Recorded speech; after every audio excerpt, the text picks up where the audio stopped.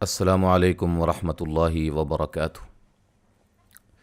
جی ہم نے سلسلہ شروع کیا تھا نون ساکن و تنوین کے قواعد کے حوالے سے، سیریز ہماری چل رہی ہے۔ آج اس کی دوسری ویڈیو ہے۔ اس سے پہلی جو ویڈیو ہے اس میں ہم نے نون ساکن اور نون تنوین کے اندر جو فرق ہیں، مین 4 فرق جو ہیں بنیادی، ان کو بہت ہی آسان انداز میں سمجھایا ہوا ہے۔ جن بھائیوں نے بہنوں نے وہ پہلے والی ویڈیو نہیں دیکھی ہے وہ لازماً اس ویڈیو کو بھی دیکھ لیں تاکہ آپ کی بنیاد مضبوط ہو جائے، آپ کو پتہ چل جائے کہ ساکن کسے کہتے ہیں، تنوین کسے کہتے ہیں۔ آج ہم انشاءاللہ جو جس سے ہم آغاز کریں گے وہ ہے نون ساکن اور تنوین کے قواعد۔ ٹھیک ہے جی، میں نے پچھلی ویڈیو میں کہا تھا کہ نون ساکن اور تنوین کے پڑھنے میں کوئی فرق نہیں ہے۔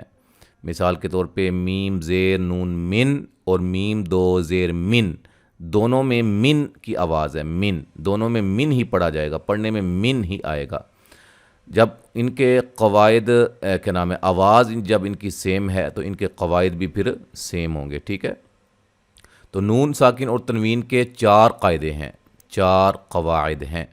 ٹھیک ہے، پہلا قاعدہ ہے اظہار، ٹھیک ہے، دوسرا ہے اقلاب، بدلنا۔ اظہار کا مطلب ہوتا ہے ظاہر کرنا، ظاہر کر کے پڑھنا، غنہ نہ کرنا۔ ٹھیک ہے جی، اور نمبر 3 پہ ہے ادغام، ادغام۔ پھر نمبر 4 پہ ہے اخفاء، اخفاء کا مطلب چھپانا، ادغام کا مطلب داخل کرنا، ادخال کرنا۔ تو ہر ایک کو ہم انشاءاللہ اس کے وقت پہ جب اس کو ہم سمجھائیں گے، اس کی جب باری ہوگی تو اس کو ہم تفصیل کے ساتھ اور آسان انداز میں آپ کو انشاءاللہ سمجھائیں گے۔ آج ہم جو پڑھ رہے ہیں وہ سب سے پہلا قاعدہ نون ساکن و تنوین کا جو کہ اظہار ہے۔ ٹھیک ہے جی، اظہار، جیسے ہم اپنی اردو زبان میں بھی یہ لفظ بولتے ہیں کہ اظہار خیال میں کرنا چاہتا ہوں یا فلاں اظہار خیال کرنا چاہتا ہے، تو اظہار کا مطلب ہوتا ہے ظاہر کرنا، ظاہر۔ تجوید میں جب اظہار کا لفظ بولا جاتا ہے تو اصطلاح یہ بولی جاتی ہے اظہار کی، تو اس کا مطلب یہ ہوتا ہے کہ اس میں غنہ نہیں ہوگا، نون ساکن بھی واضح ہوگی، ظاہر کر کے پڑھیں گے نون ساکن کو اس کے مخرج سے بما صفات کے، اسی طرح تنوین بھی۔ ٹھیک ہے جی، تنوین کا نون بھی اور نون ساکن بھی۔ تو اظہار کا جو معنی ہے وہ کیا ہے؟ ظاہر کر کے پڑھنا، ٹھیک ہے، غنہ نہ کرنا۔ اچھا جی، اب اس کا قاعدہ کیا ہے؟ سب سے مین چیز جو ہے وہ قاعدہ ہوتا ہے، پھر اس کے بعد اس قاعدے کے مطابق جو ہے مثالوں کو ہم سمجھتے ہیں، پھر ہمیں اس مکمل طور پہ اس قاعدے کی سمجھ آ جاتی ہے جو کہ جس کی تعریف لکھی ہوتی ہے۔ ٹھیک ہے جی، یہ مثلا اظہار ہے، اس کی ہمیں سمجھ آئے گی۔ پہلے ہم اس کا قاعدہ پڑھتے ہیں۔ قاعدہ کیا ہے؟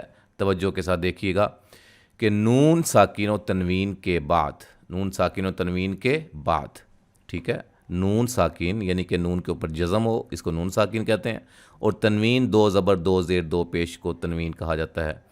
اس کے بعد کیا ہو؟ حمزہ، ہا، عین، حا، غین، خا، یہ 6 حروف ہیں۔ ٹھیک ہے، ان حروف کو حروف حلقی یا حلقیہ بھی کہا جاتا ہے، یہ حلق سے ادا ہوتے ہیں۔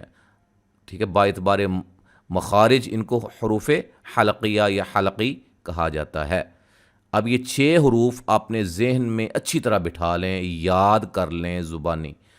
ٹھیک ہے جی، پھر آپ کو اظہار جہاں بھی ہوگا آپ کو پتہ چل جائے گا کہ یہاں اظہار ہو رہا ہے، یہاں غنہ نہیں کریں گے۔ تو قاعدہ کیا ہے جی؟ نون ساکن و تنوین کے بعد حمزہ، ہا، عین، حا، غین، خا آ جائیں تو وہاں اظہار کریں گے، یعنی کہ ظاہر کر کے پڑھیں گے، غنہ نہیں کریں گے۔ ٹھیک ہے جی، ناک میں آواز چھپائیں گے نہیں، غنے کی اس میں دیر نہیں ہوگی۔ ٹھیک ہے جی، وہ انشاءاللہ بھی ہم دیکھتے ہیں مثالوں کے ساتھ۔ تو سب سے پہلے ہم بات کرتے ہیں نون ساکن و تنوین کے اظہار کی مثالیں۔ تو نون ساکن و تنوین کے اظہار کی مثالوں میں سب سے پہلے ہم نون ساکن کی جو مثالیں ہیں وہ 6 مثالیں وہ آپ کے سامنے رکھتے ہیں، دیکھیے گا۔ یہ ہے من احدن، اب نون ساکن ہے، من کا نون، یہ نون ساکن ہے، اور اس کے بعد کیا آ رہا ہے؟ حروف حلقیہ میں سے حمزہ آ رہا ہے، لہذا یہاں ہم من احدین نہیں پڑھیں گے بلکہ من، نون کو ظاہر کر کے پڑھیں گے، من احدین، من احدین۔ دوسرا ہے جو کلمہ ہے وہ ہے عن ھذا، کیا ہے جی؟ عن ھذا۔ اب یہاں نون ساکن کے بعد کیا آ رہی ہے؟ ہا آ رہی ہے۔ یہاں دیکھیے یہ تو پہلا یہ تھا پہلی مثال، اب دوسری مثال نون ساکن کے بعد ہا آ رہی ہے۔ اب تیسری مثال کی طرف آپ غور کریں، یہ نون ساکن کے بعد عین آ رہی ہے، من علق، من علق، من علقن، ٹھیک ہے جی؟ یعنی کہ نون ساکن کے بعد عین آ جائے یا ان 6 حروف میں سے کوئی بھی آ جائے تو وہاں غنہ نہیں کریں گے، اظہار کریں گے۔ چوتھی مثال کی طرف غور کریں، نون ساکن کے بعد ہا آ رہی ہے، یہ دیکھیں یہ چوتھا حرف ہا ہے، تو اس کو ہم کیسے پڑھیں گے؟ ینحتون، نون کو واضح کریں گے، ظاہر کر کے پڑھیں گے، ینحتون نہیں پڑھیں گے، ینحتون، ینحتون، ٹھیک ہے جی؟ اس کے بعد پانچویں مثال پہ غور کریں، نون ساکن کے بعد غین آ رہی ہے، یہ دیکھیے گا، ٹھیک ہے جی؟ من غیری، من غیری، یہاں نون ساکن کے بعد کیا آ رہا ہے؟ غین آ رہی ہے، لہٰذا توجہ کے ساتھ آپ نے اس کو سمجھنا ہے، ٹھیک ہے جی؟ یہ مثال ہے نون ساکن کے بعد غین کے آنے کی۔ اس کے بعد آخری مثال نون ساکن کی، نون ساکن کے بعد خا آ رہا ہے، یہ آخری ہے، من خلق، ٹھیک ہے؟ یہاں نون ساکن کے بعد خا ہے، یہاں لہذا غنہ نہیں، من نہیں، من خلق یا من خلاقن ملانے کی صورت میں، ٹھیک ہے جی؟